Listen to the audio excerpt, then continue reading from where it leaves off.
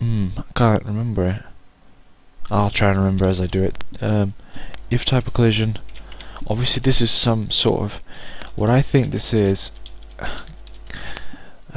collision equals bottom. These are obviously two objects, two sprites that don't really do anything to the game, but there's a reason why I've got it. Now I'm pretty sure this is an empty block and the block in which you can't, because there's some cubes that we use, they're like empty blocks except they look different, yeah, all they do is they look different, but they are in every Mario game, and I'll try and remember them, and I'll tell you which ones they are once we do them.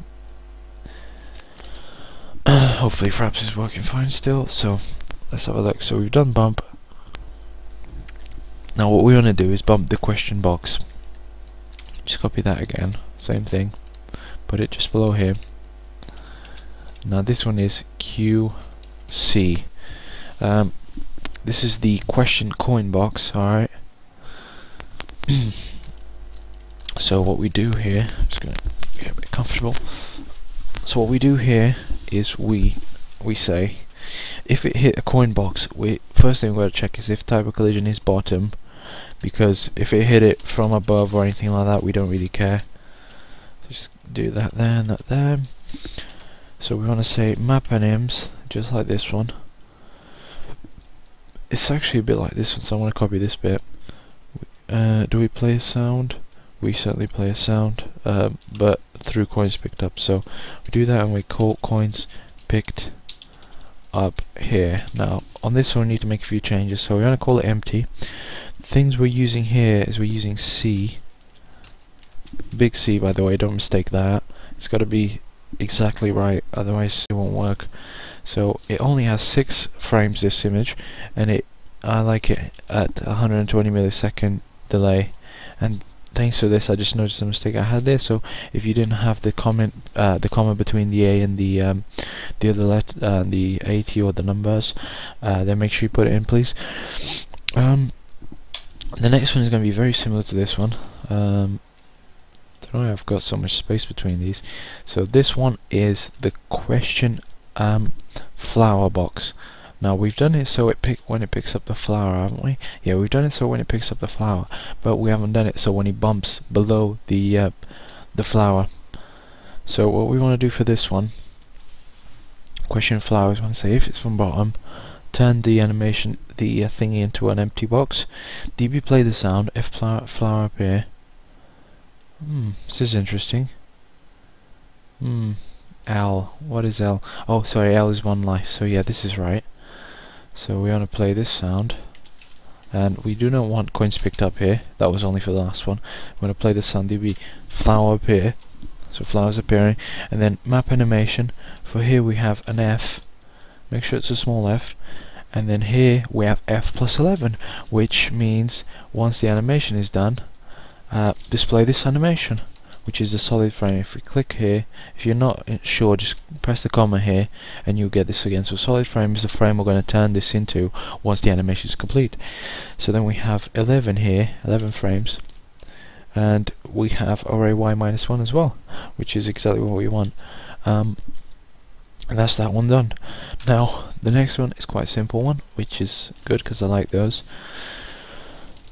So if equals D, now D we use for our death ground. So for example, when he falls, we use this to check. We could check, oh, if Mario's height is below a certain height, we kill him. I don't think that's a very good idea because we might want to have death ground somewhere else.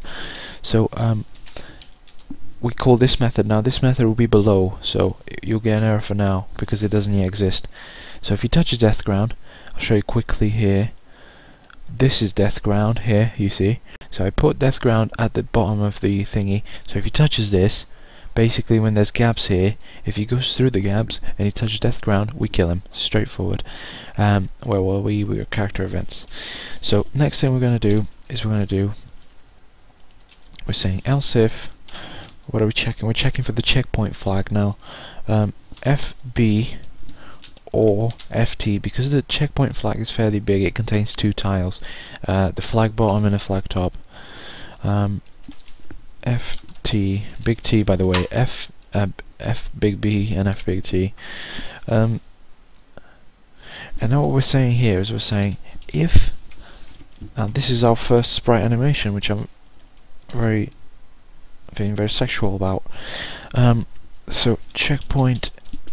So if checkpoint reached, oh crap, my bad. I wasn't looking at this screen. Well, at least not the one I should be. If checkpoint big C, by the way, checkpoint reached equals false. So has he reached the checkpoint? If not, we're saying checkpoint reached equals true, and then we're saying checkpoint point X equals map X. So once he does die, we use this to put him on the where the flag is. X equals Y equals map Y. That's fine. And then we say check player X. Now this isn't always necessary, but sometimes you will need this. Check player X equals player X in order to position the player properly. And same happens below to the Y-axis. Y-axis is always pretty much the same, so this doesn't matter, but keep it in anyway, in case we do different types of maps, like putting him very high in the sky and so on. What happens when he touches the flag? We give him 500 points. Plus equals 500. Because I think that's what you get for touching a flag on most Marios. DB play sound, which is the here we go sound S checkpoint. Now I picked this up by myself. It's not an actual valid checkpoint sound, I don't think, but I think it's quite cool because he's celebrating, so that's the idea. And then we're going to do a map anims. So we're going to start an animation for this, which is first thing we're going to do is we're going to call this check 1. Right, all this animation says is checkpoint the text. And we're going to make it a sprite. Now this is much bigger than our current tiles, and then what we send here instead of this is we send db sprite x Mario, and we spend db sprite y. This is all instead of sending the array values. db sprite y, make sure you put the y there so we don't have a mistake, and then you do minus 100. At first I had this at minus 65 because I wanted it one tile above what it was already, but from some checking I wanted it a fair bit higher, like 100, because that way it'll be that tile plus a bit more. So pretty much a tile and a half, and we want this to flash at sprite animation. Oops, sorry, I just need to check my notes. So yeah, I want it to have 8 animations, and that should be 100. My bad, not 10. So 8 animations. We want it to turn into an A tile. So this animation is just a text, so we want it to change into a text tile once it's done. And we've got 150 here. Put 140 actually, because 150 is a bit slow. Every frame will last 140 milliseconds. So we've got that.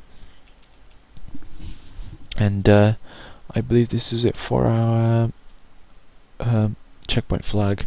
Now the next one is our green mushroom run, which is a not very complex one. So we're saying if it touches a green mushroom, you pretty much know what else happens. G, small g, big M. So what we do here is we're saying if it touches a mushroom. Now I think the last one is the more difficult one, but other than that they're all fairly straightforward. Copy this because it's always the same thing. Once again, I should have declared this into a variable, a very small named variable. My bad that I didn't do that, obviously. A bit stupid of me. Lives ++, so increase the lives by 1, make sure the variable's valid. We didn't type it wrong. db play sound S power up. Once again, this is the same sound as when picking up a flower. Or is it? Actually, I'm not sure actually, is it? I don't think it is. I'm sure there's a reason why I've got power up and I haven't given it a better name.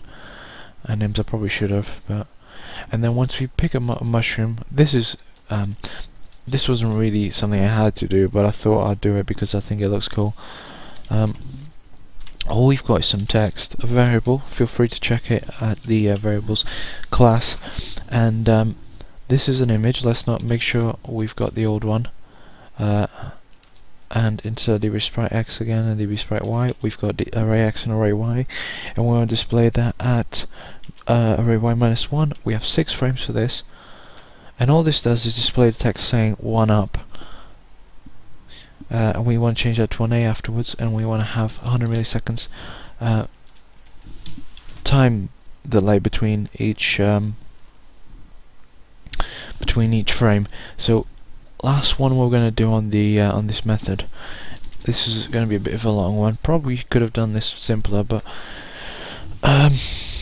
so what we're going to do here is we're saying if map x map y equals, let's make sure we don't make any mistakes here, FL, yeah, so FL is flag, alright. So you're going to have a lot of wars here, alright, so make sure you do quite a few of them. Put it on the new line if you have to, because otherwise you're going to have a lot of stuff. So basically, this is for our final flag. Now, the flag is going to be a bit of a big thingy because we have many tiles on it. We can't just put a sprite that size. We need to put a... well, actually, we can, but because it's tile based, we can't really do that much. P1... and all the things you see are pretty much the things within the flag. P3, of P3, so each of these is a block on the flag. P3, P4. Now something we should probably really do is check to make sure he's fairly close to the P5, sorry, to the flag before doing this, and we put another 2 in. Oops. And change that to an OR. Actually, don't change it, just leave it P5, and leave this at P6. Actually, P5L, because there's a left on that. P5L and P6. Oops. So we've got that there. So if he touches any of the flags, right? I haven't done it so like you get a specific score for this. Probably just me being lazy, but I didn't feel the need for it. So if level over equals 0. So if he's touched the flag and he is at level over 0, so normal game pretty much, we want to say stop movement equals true. Now this will, as you'll see we write later on, this stops Mario from moving. Play sound S end level. So this is sound of the level cleared. And then when I say level over equals 1, and this then starts the series of things that we wrote about up here, you see. So this pretty much starts this once you set it at 1, and that's pretty much our flag, and we've completed this method here. Oops, always do that. And that's this method complete. Next thing we have to do is our player animations. Now we've done just above half of the this class here, so we have a fair bit more to do, but this is I find this fairly more fun, this part, because we're doing the way player animates and so on. Void character events, I want to call this one player animations, and once these are done we're going to run them on the main loop on the main menu. So do this, put it all the way down here.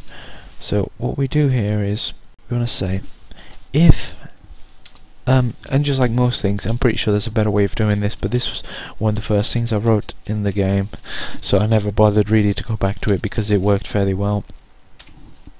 So if the sprite exists, right, then well we need to make sure it exists obviously to display it. So if Mario spawned, once again if we do a boolean or something like this and leave it empty, that means that, you know, if it equals true, and then we say if Mario spawned, I'll just put it equals true, but I'm sure you know what I mean.